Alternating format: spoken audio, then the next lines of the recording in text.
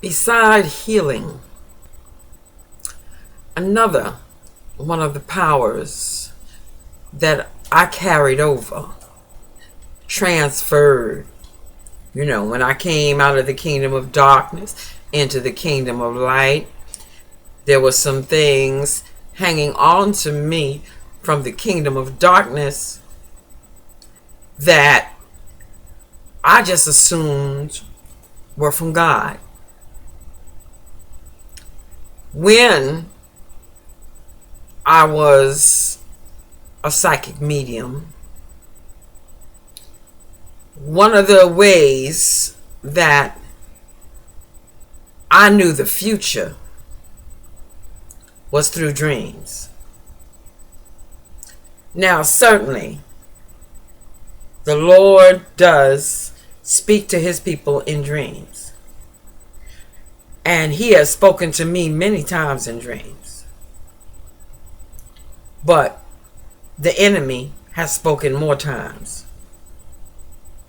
That's one of the things that people who are charismatic need to understand. If you are charismatic and you are Pentecostal, you need to understand that God doesn't speak very much in comparison to the enemy. And through practice, through experience, through learning how to try the spirits, you will be able to discern what dreams are from the enemy, what dreams are from God, and what dreams come from your own soul. Those are the three main sources of dreaming. God, the religious demon assigned to you, the enemy, and your own soul, revealing things, speaking to you. So dream interpretation is one of my skills. I don't necessarily want to call it a gift, but it's a skill. When I was in the occult, I used to have as many as 10 dreams a night. I'd remember them all. I'd wake up, I'd write them down. And I had columns. In one column, I would write what transpired in the dream. In another column, I would have a date and what transpired in reality that was foreseen in the dream. For example, I might dream one night that I met, say, a girl in a red jacket. She had a banana in her right pocket. And she said, thus, thus, and so. The very next day, I run into this girl. She's wearing, guess what? A red jacket. And she's got a banana in her left pocket.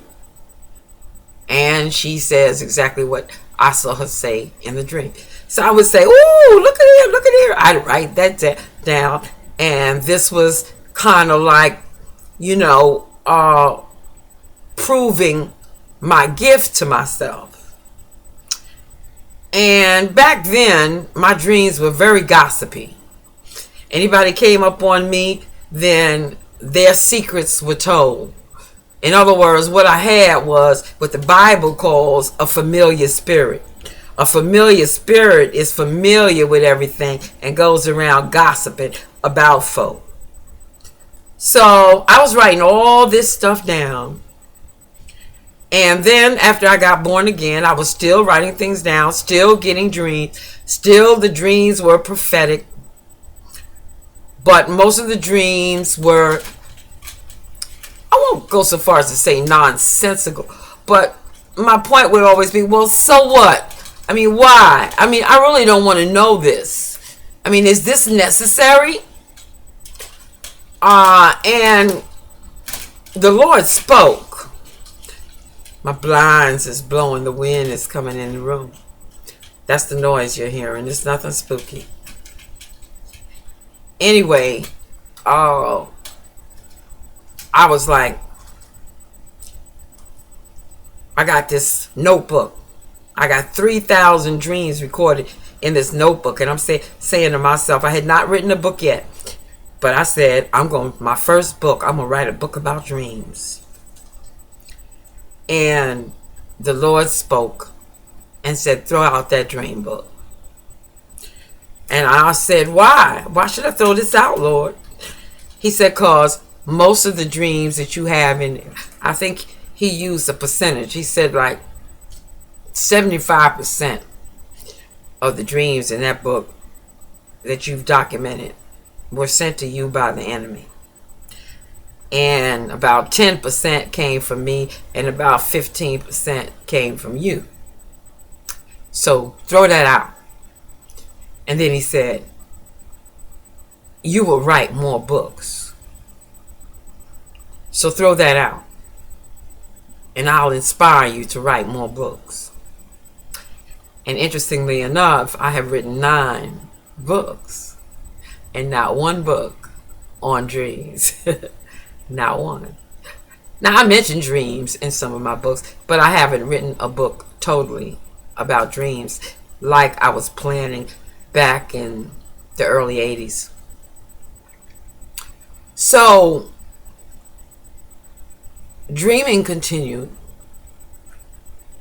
Dreaming about things, futuristic things.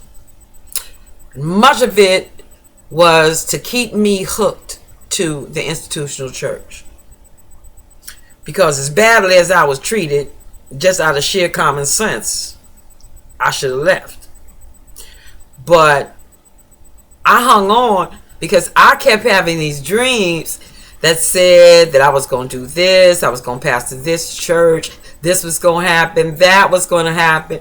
And because very often a lot of what I dreamt did happen, I assumed that because it did happen, it was from God. But it wasn't. That's the hook, y'all. That's the hook. Give you something. That is the whole hook to fortune telling and divination. Give you something that actually comes out as a hook. And then once you're hooked, then give you stuff that's going to lead you down the pathway to destruction, honey. That's how they do it. So, when things, God was speaking to me in dreams too. In fact, he led me out of the institutional church with a dream. And he basically showed me a candle that was lit, that was underneath the bed. And he said to me, that's what you'll be. If you continue in this denomination, you are always going to be hidden. You're always going to be a light hidden under their denominational bed. And then he said, but let them put you out. And I was like, put me out? They can't put me out. I'm in good standing for 25 years, almost 25 years. How are they going to put me out? Well, 9 months later, from that dream, they put me out. I remember something, in one of the other videos, I said that something happened that was from God. And it was in connection to my last and final husband. I had divorced him because he was bringing me to naught, financial naught, because he was a drug addict, a heroin addict. And I loved him, but I divorced him. But he seemed so much in love with me and so faithful that I started to feel that I made the wrong decision, that I shouldn't have divorced him. I had this dream whereby I saw him with another woman. He leaped, and when he got up from the mud, he leaped into some mud, and when he got up, there was a woman underneath him. 2 minutes after I dream that, he's on the phone. Oh, I miss you. I love you so much. I wish you hadn't divorced me. I want to come back.